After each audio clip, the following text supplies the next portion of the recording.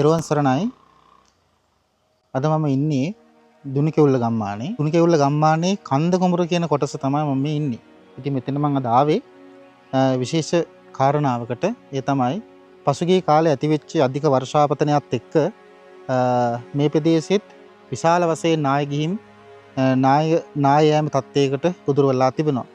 ඉතින් මෙතන මම හිතන විදිහට කිසිම ජීවිත ආපදාවක් එහෙම නැත්නම් ජීවිත අනතුරක් වාර්තා වෙලා නැහැ. ඒ නමුත් මේ ප්‍රදේශයේ ජීවත් වෙන බොහෝ අයගේ ගොවිතැන්පත් කරපු කුඹුරු සියල්ලක්ම ඒ නාය යෑම තත්ත්වයකට පත් වෙලා තියෙනවා. ඔබට දකින්න පුළුවන් මෙතනින් තමයි ඒක පටන් ගන්නෙ. පහළ ගම්මානයට වෙනකන් කුඹුරු අක්කර ගණනාවක් මේ නාය යෑම තත්ත්වයට පත් වෙලා තියෙනවා.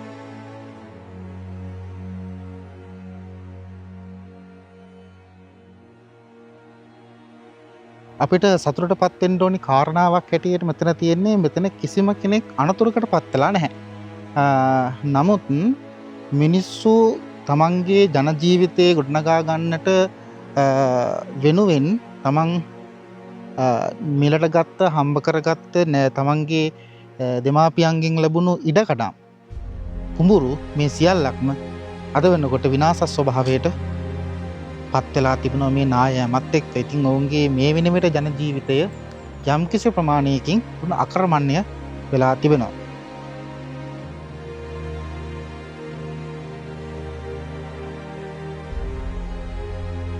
මේ ස්ථානයේ මීට කලින් කිසිම අවස්ථාවක නාය ගියා කියලා තොරතුරක් සඳහන් වෙන්නේ නැහැ. මම හිතන්නේ මේ පළවෙනි අවස්ථාව. හැබැයි මීට එහා පැත්තේ කොටසක් තියෙනවා නාය කියලා. එතන හඳුන්වන්නේ නාය කියලා. එතන මේ විදිහටම නාය ගිහිල්ලා ලොකු ව්‍යසනයක් වෙලා තිබුණා. මම හිතන්නේ එතන ගේකටත් හානි වෙලා තිබෙනවා. ඒ හැරුණකොට මේ ස්ථානයේ මේ කන්ද කුඹුර කියන ස්ථානයේ මතක තියෙන කාලයක නාය ගෑමේ තත්වයක් මතුවලා තිබුණේ නැහැ. මම හිතන්නේ මේක පළවෙනි අවස්ථාව.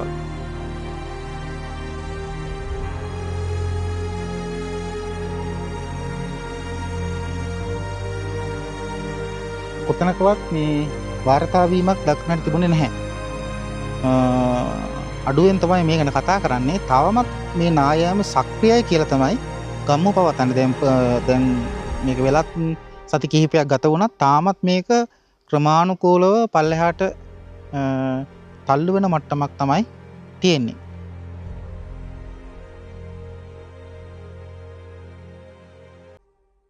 ස්වභාව දහම අපිට ගොඩාක් ජීවිතයට පාඩම් කියලා දෙනවා. ඉතින් මේ පාඩම් අතර අපිට මතක හිටිනව පාඩමක් හැටියට මේකුත් පසුගිය දහලේ දරි වර්ෂාපතනයත් එක්ක ලොකු ඛේද වාචයකට ලක් වුණා. ඉතින් මේ පණිවිඩය අපේ ජීවිතයට අරගෙන මේ සියලු දේවල් අතහැරින්නට සිද්ධ වෙන වග නිහඬව කියපු සිදුවීමක් හැටියට මේක දකින්නට පුළුවන්.